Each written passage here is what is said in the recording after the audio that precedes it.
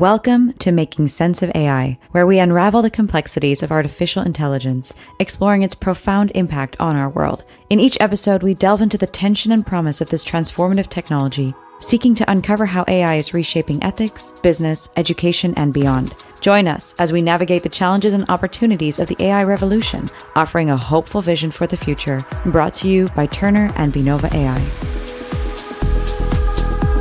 I'm so excited to welcome today Dr. Leanne Cameron. Dr. Leanne Cameron is joining us from Australia. She's a senior lecturer in education technologies at James Cook University, specializing in digital technologies, design, systems, and computational thinking in education. Welcome, Dr. Leanne. Thank you for having me. Absolutely. We've been so looking forward to it. As I mentioned a little bit when you and I were connecting offline, what feels so important is that we get a range of voices and a range of geographies to weigh in with their expert thoughts on artificial intelligence in education. So it is a pleasure to have you. Now, we were getting to know each other a little bit. You've obviously done an incredible amount of work as it relates to AI and specifically your interest in generative AI. Can you tell us a little bit more about that interest and how it's actually taking form across education in Australia today? Well, I do most of my work at the grassroots level, which is in the classrooms of Australian schools. And I think the AI that we now have, this generative AI, has just become so much more accessible to the average teacher. So, I mean, when I did my degree many years ago, AI was there, and it's only really come into prominence recently thanks to ChatGPT. But it means it's so accessible. And that's what I find it's really exciting about at the moment is just average teachers, average students can just jump on and just see the power of this thing. And I think that's what's making a huge difference for our teachers here in the way that they're using it. That sounds very great. And I can imagine that exploring those practical implementations and implications and the outcomes thereof then are a big part of your work. So how should we imagine that looking practically? Well, at the moment, Australia is suffering from a shortage of teachers. And I should say we have a lot of trained teachers, but we've had this exodus, particularly since COVID, from the service. So there's people that have decided, I've been doing this a while now, I think I'll look elsewhere. And when you speak to those teachers that are leaving their service, they're different people to those who traditionally left. So, for example, when people leave university with a fresh teaching degree, often they go into teaching for a whole variety of reasons. And those reasons are often that it's just something they know. They've been to school, they know the sort of arrangement, they don't know what else to do, so they do teaching. So the drop-off of teachers in schools is quite marked, 5 years in. And that's traditional. People finally find what they really want to do with their lives and move on. So that's fine. The other end has also been a traditional loss where people are approaching retirement. So they toss it in and say, I want to retire. But it's those middle people that we're losing now. Now, the issue that when you ask them, what's the problem? They say, I just can't cope with the paperwork anymore, the documentation, the accountability. And that's where generative AI has come to the fore with what we're doing. So a lot of schools initially focused on, oh my goodness, the students are all going to cheat. But we're looking at it very much in other ways. How can the students use it to learn better? How can the teachers use it to ensure that the drudgery that they face is alleviated? Mm-hmm. So I say to both students and teachers now, if you're facing a task with dread, have a think about whether generative AI might be able to assist you. Wow, I love that you're saying that because really the beauty is giving people, teachers, students, time back to start developing those real passions, whether that's working with your hands or creating music, which, yes, I know generative AI can do, but it's different sitting with bandmates and being, having an AI supplement your music production journey versus letting it take over. So let's say we're in a classroom in Australia that you're working in. I say Australia broadly. I know it's a huge continent country. So I'm going to say it as a broad term here, but let's say you're in a classroom, you're now working hands-on. What would be one of the top 3 things that you would say to a teacher when it comes to how they should think about generative AI? I usually get them to think about a lesson or a topic that they absolutely hate teaching because they don't know the content, or maybe they know the content, but the students think it's boring. And I say to them, let's see what we can do with that. And so using generative AI as a creative tool. The other thing is a lot of teachers, particularly when they're tired, hate that blank page when they're thinking, oh, I've got a classroom full of 13-year-olds tomorrow and it's going to be raining and I just want something exciting and I do not have the brain power at this moment to come up with some super inspirational lesson. They're the times when putting just what you want, have a conversation with an AI tool, and suddenly something will pop up. Now, it will very rarely be exactly what you want immediately, but suddenly the blank page is gone.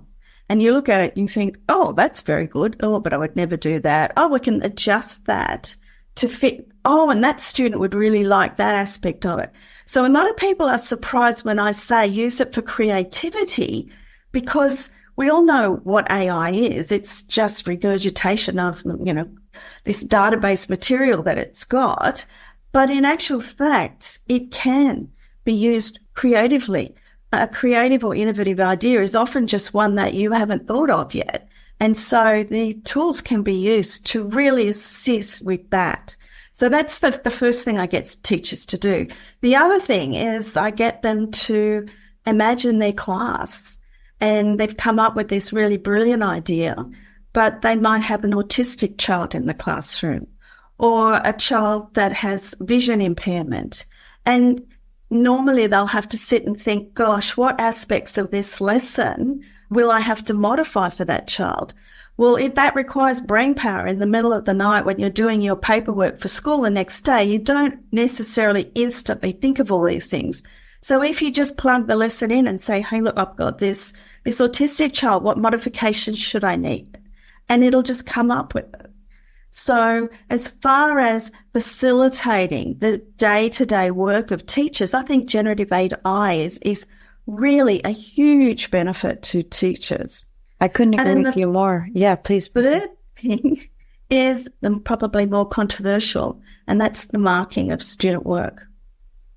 And at this point in time, we have products that are in-house so that you're not sending your student work off to places, but AI has been producing some very significant and consistently accurate results. Sometimes they're off, but then if you've been a teacher and you're marking, 30 or 40 pieces of work in a night, what you do first versus what that 30th one looks like, you'll have a very different approach to that piece as well. So there's a consistency there. I think the thing that we really need to remind people of is that ultimately you're responsible for what you send on. So everything has to be checked, of course. And there's so many famous cases of AI losing the plot and putting ridiculous things there. So everything still needs to be checked. But checking something versus coming up with it and putting it on the page is a very different cognitive load. And for the everyday teacher who's, had a big day and preparing for the next day, I think if we can take off some of that load and still produce exciting, wonderful lessons every day, then I think it's a huge benefit to classroom teachers. I agree with you. And I love the 2 things that I really want to go in on a little bit deeper here. The first is that you're talking about the teacher building a relationship with AI when it comes to having a conversation, for example, around lesson planning. When you make that kind of suggestion to teachers or when you show them how to practically do that, what are the responses overall? Generally, pleasant surprise as to what it comes up with. I wasn't in a classroom full of teachers, and a couple of them were actually quite shocked that it could produce something so accurate straight away. Having said that, you know, I did one in front of a group of teachers, and I asked it to do a project, a hands-on project for a group of 6-year-olds that really demonstrated forces because, you know, push, pull, that sort of thing. And it came up with live catapults with metal trajectory. So they had these projectiles, recommending metal projectiles. And so that was the perfect example of the generative AI tool coming up with a solution that any teacher is going to look at and say, the one thing you don't want with a group of 6-year-olds is them projecting the metal discs like pocky pucks through the classroom. So, you know, but then you continue the conversation. You know, you say, well, that's great, but it's not safe for 6-year-olds. I want something a lot. And it's a conversation. And I think once teachers understand, it's not like a Google search where you put it in, you get a response, or more typically you get 6 million responses, but it might not be exactly what you want. And so you start again. With generative AI, it is a conversation. So they can just modify it. If it's not right, don't start again. Just look at what it gave you and then tell it, well, you know, these are the things I like about it, but I don't like this. Absolutely. And in a way that even enhances their skill as a teacher and giving better feedback or a better brief, like better instructions, like taking the time to teach the AI what you want to see back from it. So given your vast expertise in this domain, how do you see the role of AI evolving in the education sector over the next decade? Decade is a big one. 5 years is also fine. But what would you see? Where do you envision this going? Well, I think part of the issue at the moment is the privacy and copyright concerns that schools have with uploading student work into who knows where it's going when you're putting it into something like a commercial generative AI product.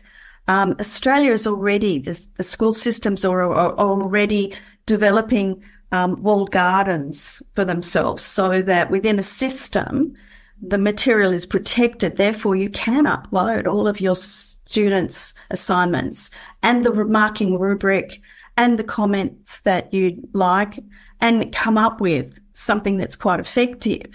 So I think that the marking load will also be lessened by AI. I think the biggest thing that we don't want to try and do at the moment is predict, because I think it's going to go in directions that we just couldn't even imagine. But I'm really hopeful that a lot more teachers start using it with their students. So with their writing, for example, one of the things that teachers would love to do, I'm sure, is to mark students writing in a formative way at all stages, 6 different drafts. But no teacher has got the time to do that with every class member. But using generative AI, the students can put it through themselves and be shown exactly what needs to be improved without giving them the answer. And I think there'll be a lot of construction done of tools like that. So there'll be a factual writing tool, for example, where the students can put their work in and it will look at the work and suggest ways that this might structurally be improved. So the students are learning just in time, which is the ideal way. They don't want to write a piece and then wait 3 weeks for the teacher to mark it, because by then they've forgotten what they did. But this is just in time, right at the moment. And I think that's got huge learning potential there. Oh, that's so wonderful to hear. I couldn't agree with you more. It gives a power as well to the student, and it allows them to understand, hey, this is what I could be doing better in my journey, enhancing their critical thinking skills as well. Now, that really helps the students.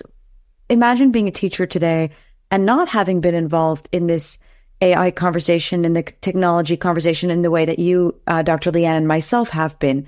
What skills should educators focus on developing to effectively incorporate AI and digital technologies into their teaching today? Well, firstly, a very quick lesson on prompt engineering I think is useful just because it saves time. So just teaching teachers how to type in that prompt and ask for what they want. The other thing is being very specific about what they're asking for. But I think the whole prompt thing is just going to get better and better. So this little niche market we have at the moment of prompt engineering, I think is very short term. I think it'll become much more conversational. There's already new software coming out that is much more friendly sounding and doesn't need to be quite as prescriptive. So I think that sort of thing will be coming quite common, and it will be so much more integrated into the work that teachers do. So I'm hoping that AI takes the drudgery out of this sort of work. So a teacher comes up with an idea for a lesson once, and instead of having to do all of these modifications, some students are very visual. So you could say, well, here's my lesson plan. I've got some students who really like the visuals. Can you produce the learning that's happening here, but give me a more visual approach? That sort of thing I think is going to be much easier to do in the future. It's pretty good at the moment. I mean, I know that we've done this with student-teacher correspondence and, more importantly, teacher-parent correspondence. I know some teachers are quite overawed by some parents. For example, I did have a teacher who said that they were quite concerned every time they spoke with two parents who were both professors at a university, and they felt intimidated every time they wrote something. Yeah.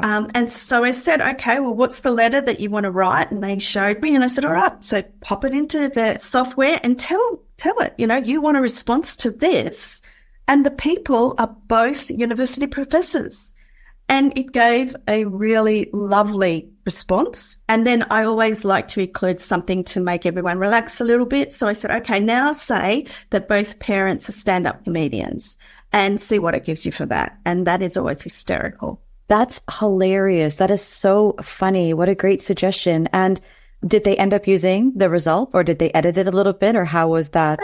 To that a little bit, mainly because it was a little stilted, but it gave them confidence to send this email off, whereas they said normally they'd sit and think about it for a really long time, procrastinate a bit, be a bit concerned. And by making sure that in the prompt they said they wanted to highlight that they weren't being confrontational, but this child had certain issues that they wanted the parents to understand that they were addressing. And this came through beautifully in the prose that was delivered by the software. So it was really good. That's wonderful to hear. I really love that. So I love how many practical examples you've given. And I don't believe that it's possible to have this wealth of practical examples unless you've actually been in the classroom. And I think what you're breaking down so beautifully for our listeners today is, hey, listen, this is a tool that's out there, and these are really easy and simple and useful ways in which to use it. And they might require a bit of practice, but you're going to find it pays dividends. So when we think about AI in this way, we're now seeing it integrated more in classrooms. We see teachers using it more. What do you perceive as the long-term impact of AI on students' learning processes and outcomes? So yes, they can use it to teach themselves, but how else will it impact their learning outcomes?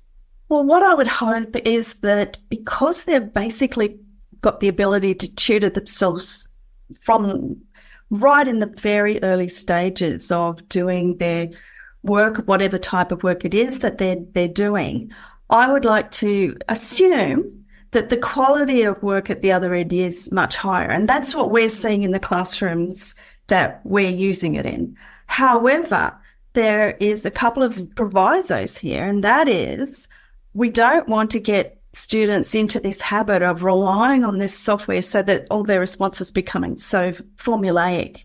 And one of the things is I started off this conversation by saying I use it as a creative tool, and I think students have to be taught that it can be used as a creative tool as well.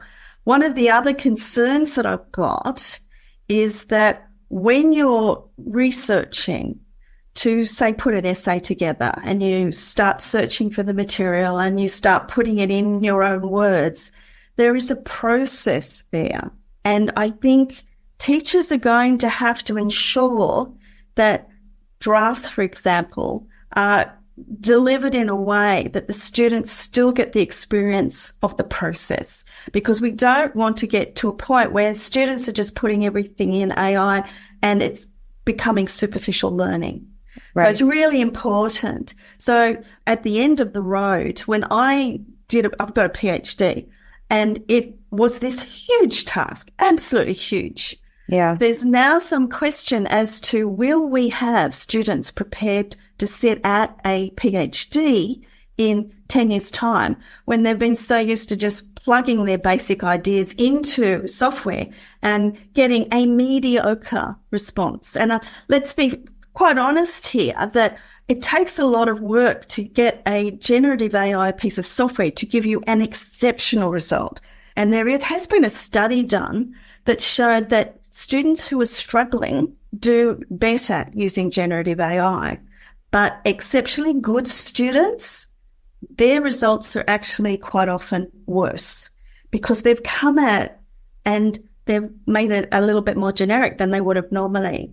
So I think we've got to just remember and make sure our students understand that, this is not a shortcut. This is a means of helping you go through a process. And if you start shortcutting, then the results are not necessarily better than had you struggled with this yourself. I love that you're saying that. And that study sounds fascinating. Perhaps that's something we can share with the listeners at the end as well. We'll provide the links. Yes, absolutely. Yeah, because that sounds really amazing. And I think that there's something to say for that question that you're raising. Will students be wanting to do that? But also, how do you get to that end result in a way that it actually is still PhD worthy? And that, to me, is still that relationship that you're building with your AI, but who knows where that will be in the future. So I was having a conversation not too long ago about the importance of discipline.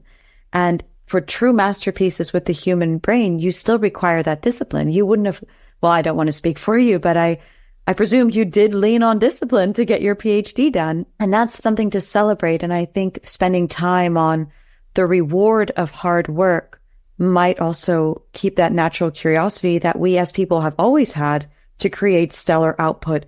It might help keep that alive. Are there any other emerging technologies on the horizon that you believe will significantly impact education?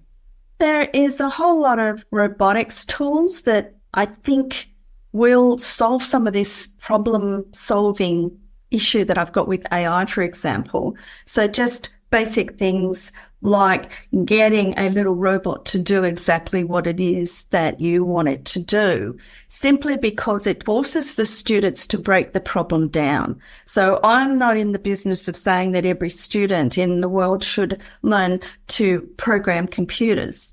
I also don't think that everybody should become a robotics engineer. However, learning those skills is a really good way of students having to look at a problem and going, oh, this is hard, and then stopping and having to break it down into manageable pieces. And that's a life skill that, everybody is going to need. And that is going to separate people from computers in the future. So I'm not concerned at all that AI is going to take over everybody's jobs and that people are going to be absolutely irrelevant. But I do think that AI can be used to take away the jobs that at the moment are incredibly tedious, dangerous, or whatever, and leave us to do the really exciting creative work. I agree. And robotics is interesting. I think that the barrier, I was at a conference in London not too long ago and speaking with some of the team at Meta and watching, what they're doing as it relates to VR, which makes me also kind of think about the type of tech that requires hardware deployed within a classroom and just also the potential gaps in education that's going to exacerbate. And I feel the same way about AI, as well. The access to artificial intelligence isn't a given. And I do believe this may exacerbate some of the gaps that we already experience on a global level. But I think it's very interesting that you're bringing this up because when that hardware continues to make its entrance into the classroom, classrooms could look even more different. Yes, exactly. So, things like AR and VR, for example, augmented reality and virtual reality. You can walk through temples in Greece from your classroom if you choose at the moment. So those sorts of experiences will be fantastic. And virtual field trips now, thanks to COVID, are just so commonplace. And, 5 years ago, we would never have considered that something like that was possible to the average classroom. And yet now these tools are so relatively inexpensive that, most schools would be able to afford some sort of equipment that would allow access to these sorts of experiences. Yeah. And it's funny because, nothing beats going to Greece, but and I would argue to say that I don't, Dr. Leanne, I cannot remember what these things are called, but you take a shoebox and you rebuild a miniature model in it. I've done that diorama. Before. Yes, a diorama. Exactly. Oh my God. So fun. So I would rather do that and build a Greece temple and, build in what I would believe a Greek god or Greek goddess would look like and build out that whole interaction than I would necessarily want to walk through VR. I'm not a huge proponent of VR technology anyway. That's just a personal thing. I know people love it, but, I would rather do that with my hands. So I also think that we have to keep stressing to teachers, use the tech if it genuinely benefits the learning journey. What would be your opinion on that? Yeah, well, firstly, I'm a traveler, so I would never suggest that doing a virtual field trip is anything like the real thing. However, it can enhance the experience so that if you've been through it and know what to look for, when you're actually there, you appreciate it much more. So we had virtual travel guides, so, had it in our ear as we walked through these places, and it was brilliant. But we do have to face the facts, of course, that a lot of students will never have that experience, at least while they're school age. And a lot of these things are really useful. However, it's, definitely not something that substitutes for the real thing. I love that you're saying this because I've never thought of it that way. But I don't know how I didn't, but you're right. Well, first one disclaimer, obviously not everybody has access to VR or AR or AI. So I want to be super mindful that, ultimately, for me anyway, the number one priority is ensuring inclusive technology, but also ensuring equal access. This can't always be done, which is definitely a cause for concern. If you are in a position to use VR and literally have the headsets and walk through a temple or a historical site in another country, I do like what you're saying, Dr. Leanne. Use it as a supplement. It will never replace, but it could be a supplement, knowing what to ask for, knowing what to look at. I think that that's a really great example. We know these technologies are going to keep shaping the future education, they're going to keep changing how we teach. How important is ongoing professional development for educators to keep up with technological advancements? And how can we best deploy this professional development at scale? Okay, well, that's the $6 million question, is it? How do you get this information out to teachers when there's thousands of them out there, that they're living busy lives? At the moment, we are having terrible trouble getting teachers to attend days where we give them professional development. They are so tired and stressed out that doing another thing is not high on their agenda. However, I suspect something like AI, generative AI, that's going to save them a whole lot of work is very quickly going to get take up. And I don't think we're going to have to do too many sessions on that before people are interested in it. But when we take that's the basic, this is going to save me time with hardly spending any time learning it type things. But the virtual reality, for example, which the sort of virtual reality that a lot of schools are using are just using a smartphone. So that's pretty accessible. Now, having said that, in Australia in particular, and I know there's other countries in the world like Canada that have these massive distances, and there is a proportion of students in schools that have very poor internet access. So everything we've been talking about to now assumes internet access. And so we've got a real issue with this digital divide here. And it's not simply a financial one. I mean, the devices are relatively cheap now, and most schools have ready access to some sort of device that can operate the sort of software we've been talking about. However, if you do not have connection to the internet, then, you're wasting your time talking about all these things. So we have that issue, and then we're going to have the haves and the have-nots. And we've also got this issue of the second string B team generative AI products versus the ones that you pay big money for that are going to have all sorts of bells and whistles. So we've got this problem again of the rich people having a fantastic product and the other people who can only use the free product. It becomes a little bit tricky there. They use an inferior product. So we're very cognizant of this sort of thing, which is why our school systems here are developing their own systems so that everybody has a benchmark that they don't have to struggle below. So we're really trying very, very hard to ensure that our students, regardless of where they go to school, have access to these sorts of things. And I know there's a lot of other countries who are doing similarly, but it is a huge challenge. That's incredible, yeah. Basic access issues. No, that's absolutely accurate. And I think we see this cycle, right, where we were ramping up, and I still think we're at the beginning. Could we call it a hype cycle? Well, we're nearing that.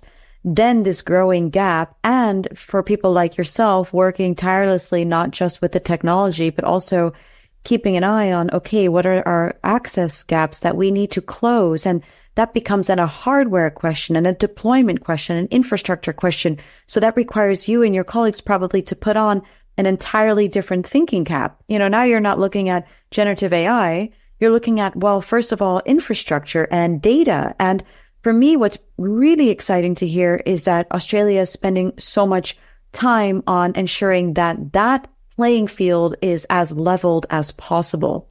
I can imagine that that's a huge task. Yeah, well, it was really great because we were all called into the government to talk to the politicians about, issues that were of concern. And they were very responsive to this idea. And part of what we do really is lobbying to get these things in front of the decision makers to ensure, something is done and there's a recognition there. And if we do have these polarized societies, the have and the have not, we're really underutilizing an amazing resource. So it's really in the country's interest. Now, we have a country here where the government does control a lot of these things that has within their power to make these changes, whereas there is other countries, of course, where you're relying on private enterprise to do those things, and profit is often a motive there. So talking from a country like Australia that is incredibly well endowed with a whole lot of resources and things is really a little unfair when, if you're sitting in a country where the only device you're likely to have within a 5-mile radius is a one smartphone, then, that's a very different scenario and you've got very different issues. But the digital divide definitely exists. But isn't it exciting that all you do need is that connection and you can access anything? You could access the Australian resources that were produced for this if you're in another country. So, the conversation we're having couldn't have even happened, only 20 years ago. You're sitting in Amsterdam, I'm sitting in North Queensland. So it's just an amazing thing that we've got this access to information. No, I couldn't agree with you more. And I think what something that we propose a lot as well is, now that you have AI in your classrooms, connect with students beyond your immediate surroundings. And I definitely believe that strategic implementation of AI frees up the time in order for teachers to do more of such projects where their classroom collaborates with a classroom in a different country and perhaps looks at how they would both solve a problem using AI. I think that'd be such a fun challenge. I want to ask you one more question. I know it's late on your side. I'm very grateful for the time. Oh, thank you. I just love you. You mentioned that you also think a lot about the future of work and AI for good. And I know you've written a paper, A Robot Took My Job. Can you tell us a little bit more about that? And what were your main takeaways as part of writing that paper? The paper came to light because some people were very concerned about the number of jobs that were suddenly disappearing. And it would started off with a conversation about when they were at school, had an afternoon job at the local supermarket as the checkout person, standing there serving. And now suddenly we have self-service checkouts. So the jobs available to school students after school suddenly dropped. And they were saying, oh my goodness, we've got to stop this. We can't have this happen. Let's ban these self-service machines. And I said to them, I did that and I actually had varicose veins for standing so long, and it's quite tedious. The money was good, but maybe we can find other jobs for the students to do because things are opening up all the time. If we say, let's stop progress, we'll start with it's a ridiculous statement because you're not, but it's like arguing that we still should have chimney sweeps or town criers. The fact is we've moved on. Those jobs have gone. The world didn't end. And it's the same sort of thing. We've just got to remember that the jobs that computers take over or robots take over, they're very routine, usually relatively straightforward jobs.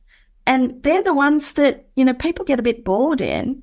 But if we can, in our education systems, really push the creativity, the problem solving, the ensuring that you innovate, then I'm absolutely confident that a robot will not take your job.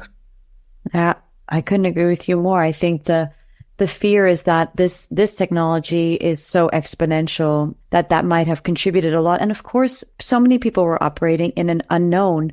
But you're right. Like, we have gone through these types of cycles before, and we will go through this one. And through communication and collaboration, I think creativity as well, we keep reinventing anyway. It has been such a pleasure to get to know you and your work better. I think it's amazing what you're doing. And I've got one more question that is so tricky that I almost feel guilty and bad if I ask it. But just ask it. Cheers. One thing that I think is so amazing is how Australia is tackling this nationwide. What advice would you have for countries that are perhaps feeling a bit frozen in the steps they need to take to get everybody on board and moving in one direction? Whether, it doesn't have to be the same direction, but at least moving in a way that makes sense. Oh, that's dangerous, telling other people how to live their lives. But I think this whole issue is quite overwhelming if you think big picture immediately. We've got a particular political system here that works well. We get things done simply because there's, one government at the top that can make top-down decisions. But, if you think nothing's happening, then you're the change agent. So perhaps you and everyone on your grade just does what I saw in a school just yesterday. And that was they were having a planning meeting about the school term coming up. They had a computer in the middle of the table, hooked up to one of these generative AI products, and they started brainstorming. And when they sort of got things going, they plugged it in and saw what came up. And between them, it just became another member of the group, really, this computer sitting in the middle. Now, that revolutionized how that whole grade worked. So I would be suggesting, if you think nothing's happening around it, well, you just make it happen. And it can be as simple as starting with one grade level. And then when you are all sitting in the staff room having coffee rather than madly trying to lesson plan, the other grades will see and they will start asking, how are you suddenly having all this time? And it will just grow from there. Oh, that's so wonderful to hear. And I think this is eye-opening, really. This has been a wonderful conversation, Dr. Leanne. And actually, the one takeaway as well from your last comment is not even so much about what it is that you're doing. It's about letting other people see, learning together. And everybody is always a teacher and always a student. So there's always more that we can learn. But you've definitely shown incredible dedication to having an impact in this space, and also given the listeners today a lot of practical insights that they can walk away with. So thank you very, very much. Thank you for having me. And thank you for hearing about Australia And it's often interesting that people assume we're this little backwater way back out there, but the tyranny of distance has meant that Australia's come up with quite a few innovations over the years. So we're happily working our way here and very, very happy to share. So thanks very much for having me, Josh. Thank you so much, Dr. Leanne. I appreciate that. And thank you for joining us on this episode of Making Sense of AI. We hope you enjoyed listening and that it's given you valuable insights. If you found today's discussion enlightening, don't forget to subscribe, rate, and leave a review on your favorite podcast platform.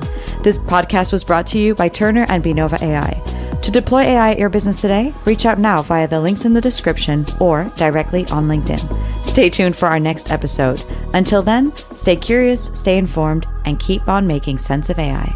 Goodbye for now.